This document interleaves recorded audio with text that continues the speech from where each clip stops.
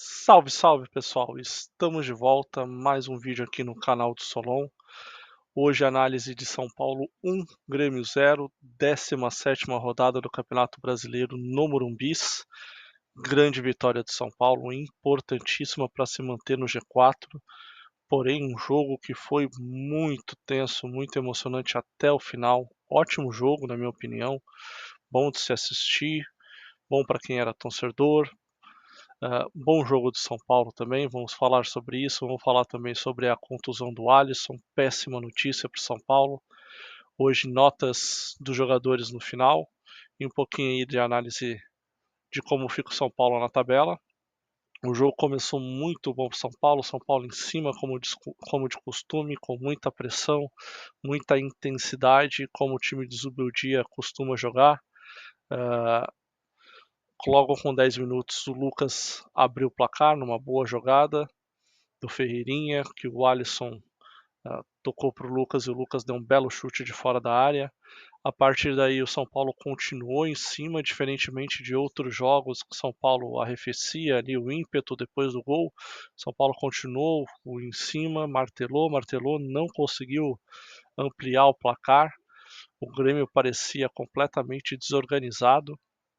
O Grêmio que ficou sem o Renato Gaúcho no banco, que estava com gripe, teve o auxiliar ali na beira do gramado. O Grêmio parecia não mostrar nenhum tipo de reação, não conseguia se achar na marcação. O São Paulo dominou completamente o primeiro tempo. Merecia ter feito o segundo gol, não conseguiu, mas foi para o segundo tempo, foi para o intervalo com uma ótima vantagem de 1-0, um ótimo desempenho.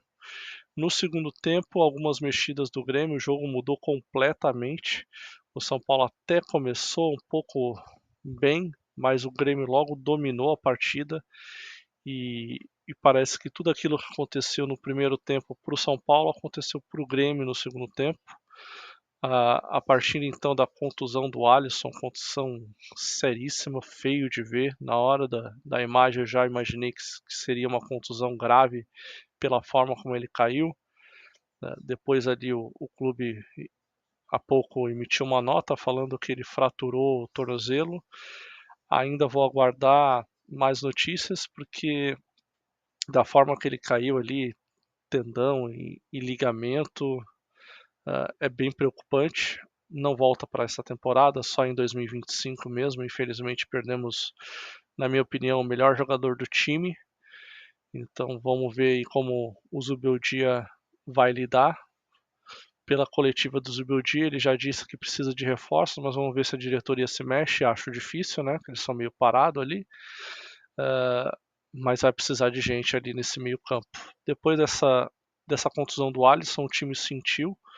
O Zubeldia, na minha opinião, mexeu mal. Ele tinha algumas opções. Até deu para ver ali que começou a aquecer o Galopo, Rodrigo Nestor, Michel Araújo, e ele acabou escolhendo o Wellington Rato. Ele até disse na coletiva que ele havia treinado com o Wellington, conversado com o Wellington sobre essa possibilidade dele poder ser esse segundo volante. Não gostei, foi horrível. O Wellington completamente fora de forma ainda, dá pra ver que ele tá bem pesado, não se encontrou na marcação, não se encontrou na armação, foi nulo. E aí o Grêmio dominou ainda mais o meio-campo, começou a dominar ainda mais o jogo, chegando com perigo. O Rafael fez ótimas defesas que garantiu o resultado. Depois o Zubeldia mexeu novamente, aí tirou Luciano Lucas, colocou Nestor, colocou Galopo. O time ficou mais encorpado no meio-campo, diminuiu um pouco do ímpeto do Grêmio e conseguiu alguns contra-ataques.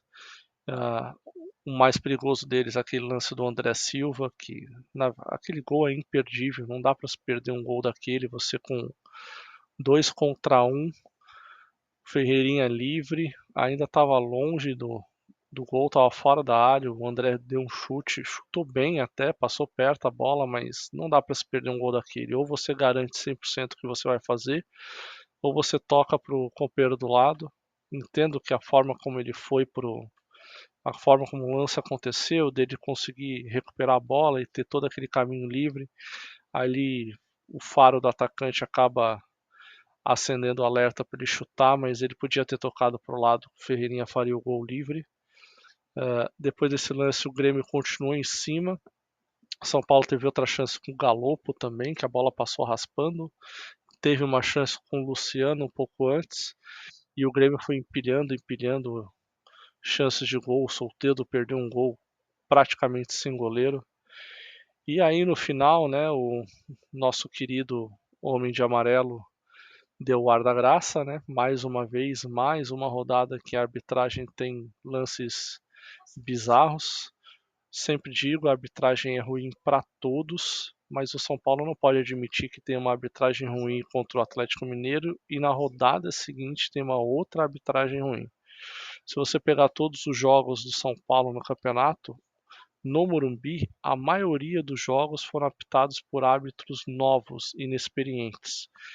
Uma diretoria que tivesse um pouquinho de ação de bastidor nunca deixaria isso. Se você pegar jogos de times mais importantes, como o Flamengo, como o Palmeiras, eu duvido que você encontre tanto árbitro novo apitando o jogo em casa deles.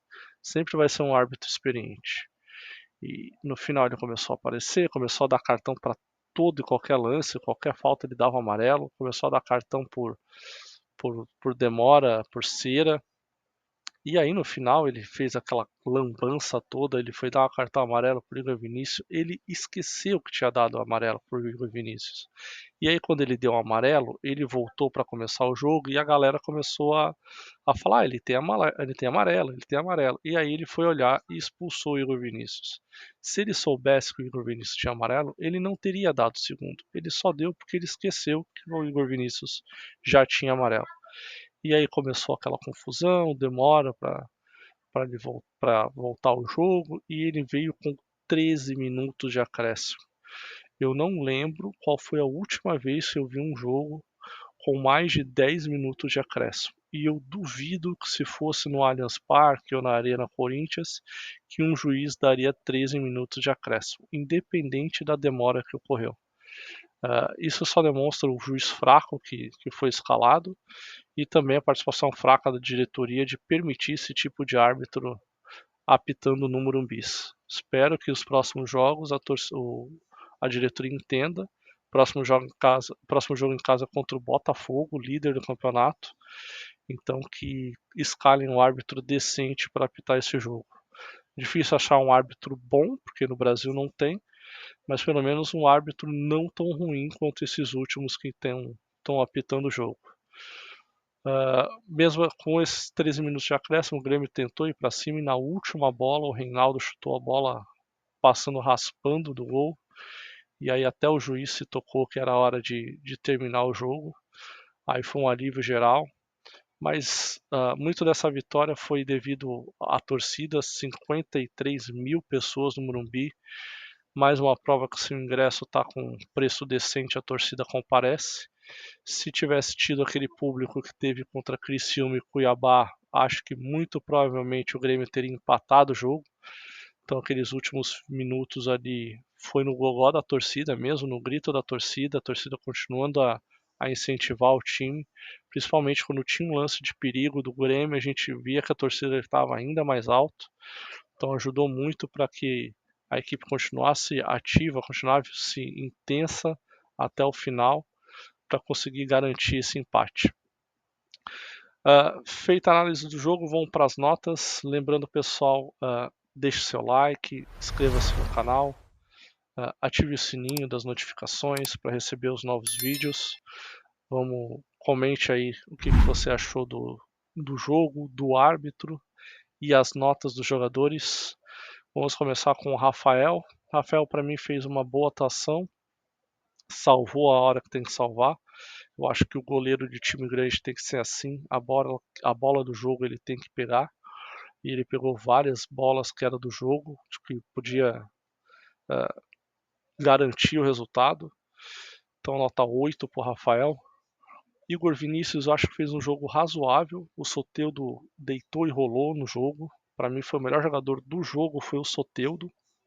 Mas o Igor Vinícius, dentro das suas limitações, conseguiu ir razoavelmente bem. Nota 6 para o Igor Vinícius. A expulsão, eu poderia tirar a nota do Igor Vinícius pela expulsão, mas ali eu acho que foi muito mais pelo árbitro do que pelo Igor Vinícius. De qualquer forma, nota 6 para o Igor.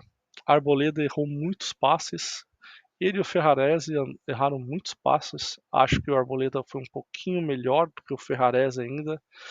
Então, nota 6,5 para o Arboleda, nota 6 para o Ferrarese. O Wellington, para mim, grande partida do Wellington. Tentou avançar quando possível, muito firme na marcação. Nota 6,5 para o Wellington. Bobadilla, o Bobadilla, voltando da seleção paraguaia, para mim fez uma atuação bem ruim.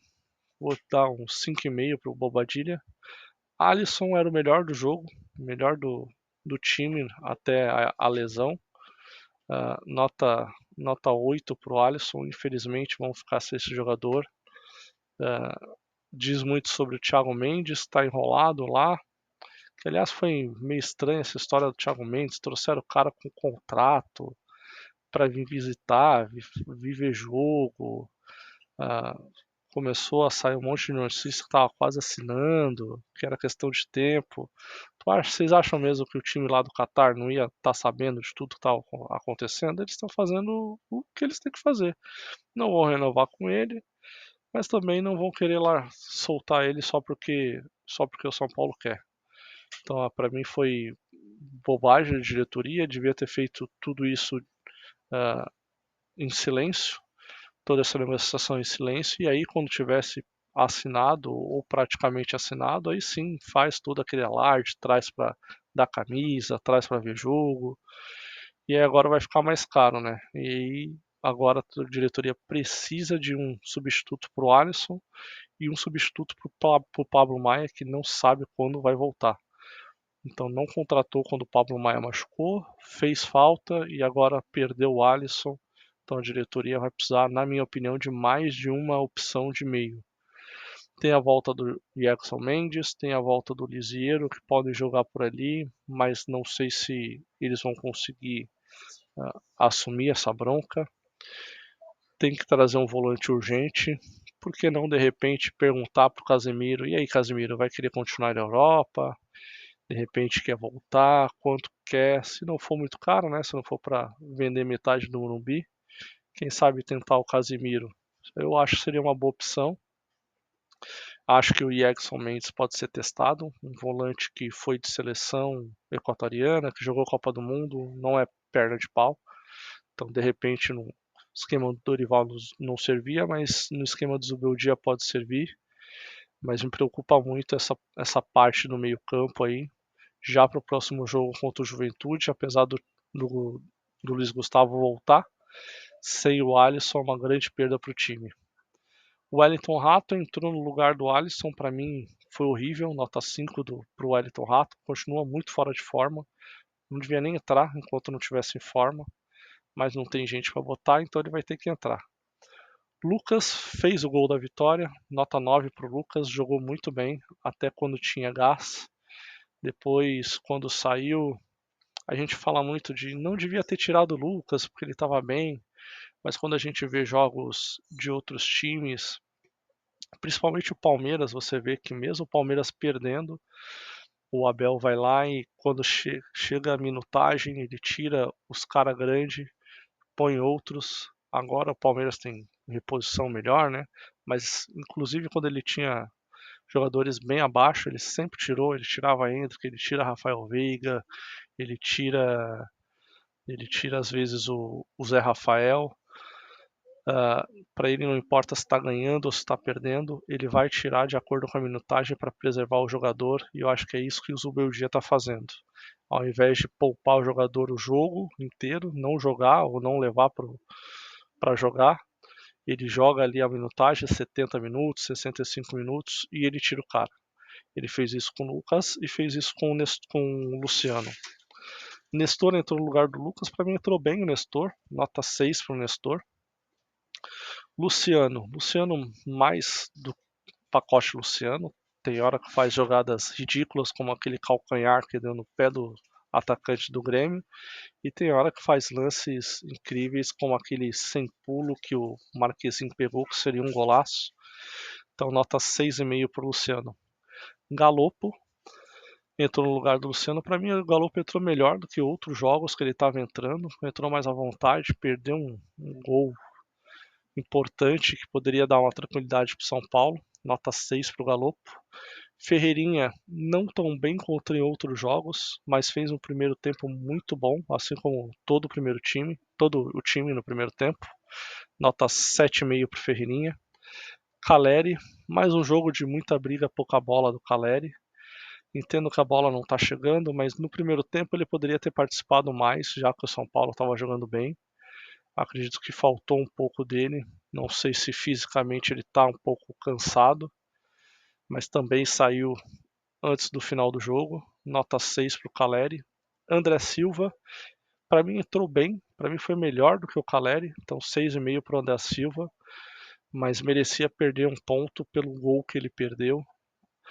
Não que ele não pudesse fazer o gol, mas ele tinha o Ferreirinha livre do lado, praticamente sem goleiro, podia só rolar para o lado, o Ferreirinha faria o gol, mas como o time venceu, não vou tirar ponto dele. Zubeldia, para mim, continuo falando que o grande mérito, assim como no jogo contra o Galo, foi ele fazer um time que todo mundo achava que não ia jogar junto, com Lucas, Caleri e Luciano. Ele está com os três no time e o time está rendendo bem, intenso, todo mundo participando. Isso é mérito do técnico. Por outro lado, a alteração que ele fez quando saiu o Alisson de colocar o Wellington Rato quase matou o time, quase matou o resultado.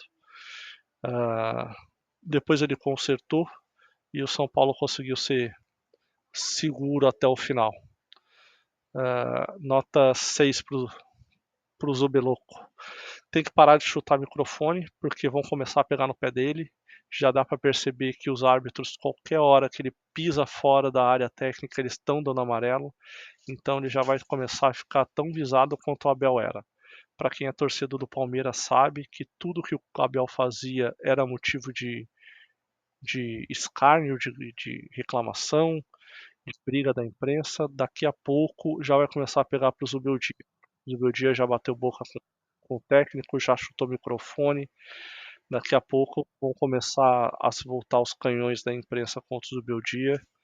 Para a torcida é muito interessante, né? Porque se vê ali representado pelo técnico no campo. Por outro lado, isso começa a atrapalhar, porque ele vai começar a ficar sendo expulso e tomando amarelo a todo jogo. Então precisa ter um pouquinho mais de atenção, um pouquinho mais de cuidado para não ficar tomando amarelo todo jogo. Por hoje é só, pessoal. Grande partida do São Paulo. Próximo jogo contra o Juventude, que vendeu o mando de campo dos jogos contra Atlético e São Paulo pro Mané Garrincha em Brasília. Então provavelmente São Paulo vai jogar em casa contra o Juventude, porque a torcida São Paulino em Brasília é muito presente ali no Centro-Oeste. Acredito num ótimo público. Domingo às 6:30 da tarde. Então ficamos por aqui hoje. Até a próxima análise do jogo.